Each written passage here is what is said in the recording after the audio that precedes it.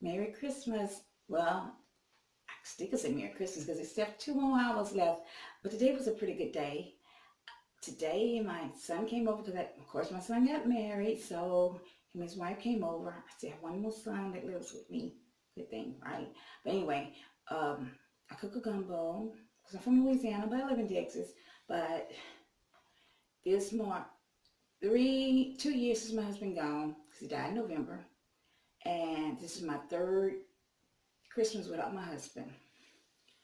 But well, my Christmas is pretty good. It's getting better. It is getting better.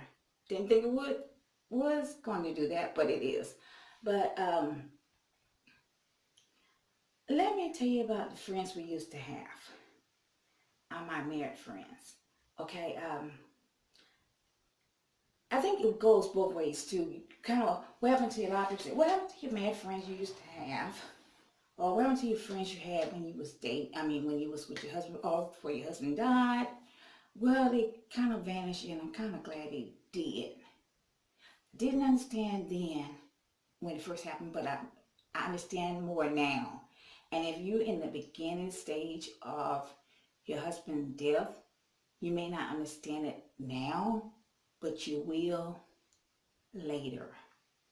Because when I first lost my husband, I'm talking about me, I wanted people to hurt like me. I didn't want, I didn't think anything was funny because I was hurting. So if I'm hurting, you should hurt, you should hurt, you should hurt, you should hurt, you should hurt. Don't you laugh, don't you laugh, don't you laugh, don't you laugh, don't you laugh. Nothing is funny, nothing is funny, nothing is funny, nothing is funny. But it don't work that way. People have to keep on living. They can't stop living because somebody we love died. They loved them too, but they still have to keep on living. I didn't see it then, but I see it now. And as for the friend wise, I don't think, I think the separation happened because the friends didn't know what to tell me or didn't know what to say to me. And to be honest, I didn't know what to say to them. What do I tell them? What do I say to them? How do I talk to them? Because I know when they saw me, they thought of my husband. Just like when I saw them, I thought of my husband. Because every time we went to their house, I was with my spouse. So I know every time they saw me, they thought of him. Every time I saw them, I thought of my spouse. So it was an equal thing. And I think they felt uncomfortable. I felt uncomfortable, but I didn't see it then. I see it now. For instance, when I went on a cruise with my in-laws, first I went to a cruise with my in-laws a year after my spouse died. I cried like a baby. I didn't know, it was the worst time I ever had. They always with their spouses, and it didn't dawn on me. I wasn't thinking. That was the first time I ever went somewhere without my spouse since he died, and I was so used to having him with me.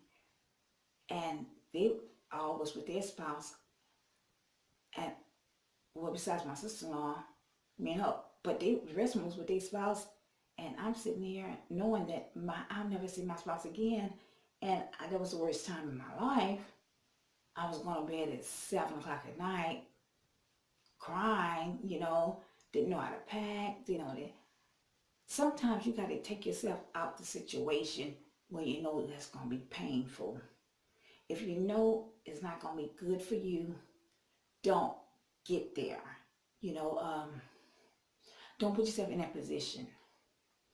Now, I know I'm much better now. I know I probably could do that. I wouldn't be going to bed no 7 o'clock at night anymore. But at that time, it wasn't right for me. I wasn't ready.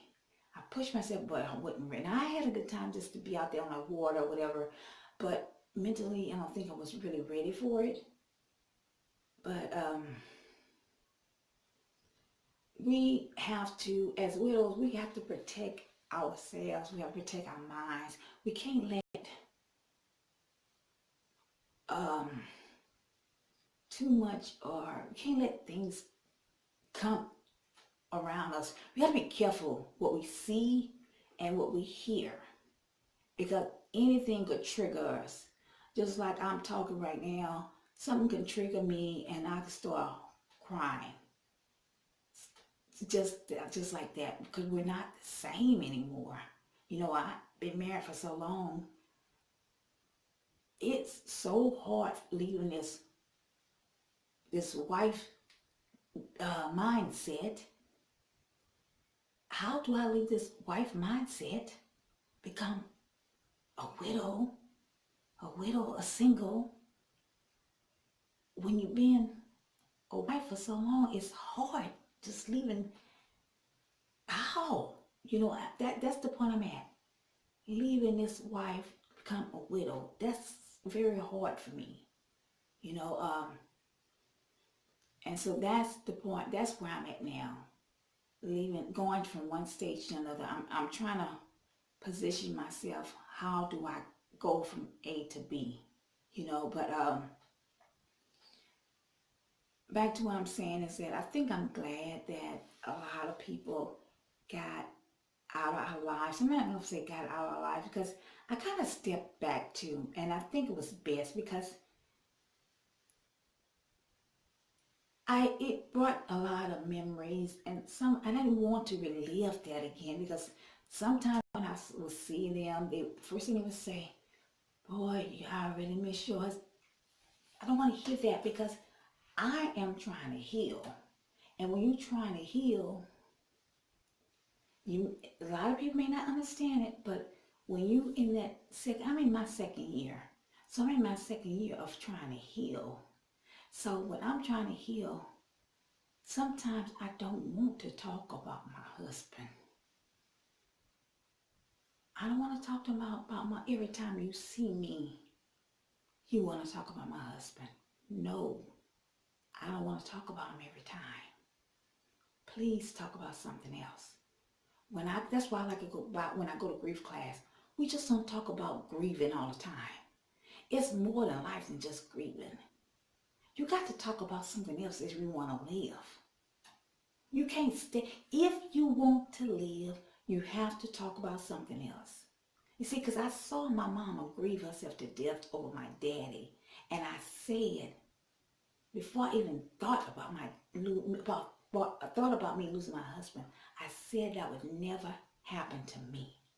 So everything I saw or didn't see my mom did, I knew I had to do the opposite. She didn't go to grief class, I knew I had to. She didn't continue to work, I knew I had to. So I knew I had to do everything the opposite, because my goal was, I want to live. And I'm determined to live. And I'm going to live a long, healthy life. Grief is not going to take me out. There's more to life than just grieving. Now, don't get me wrong. I love my husband. I'm going to always love him till the day I die. But I'm on earth. I'm still here. And there's so much, there's so much for me to continue to do. And instead of me grieving behind him, let me live his name. Let me find something that I can do to keep his name going. So when they have a heart walk, or when they have something about, because he died of a heart attack, so anything concerning heart, I need to be involved in. Let me find something to do. And I tell anybody, you lost your spouse because of some kind of disease or whatever, find something, get into that. If it's because of stroke or whatever, get into, or cancer, get into the cancer society. Start working for them. Start doing something, volunteering. Don't just grieve yourself.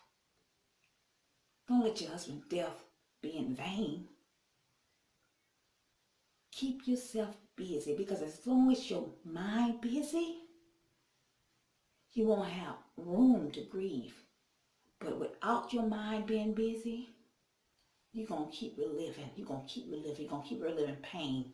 No, and you don't want to live in no pain. You don't want to continue just reliving the pain, reliving the pain, reliving the pain. That's not good. That's not even healthy for anybody.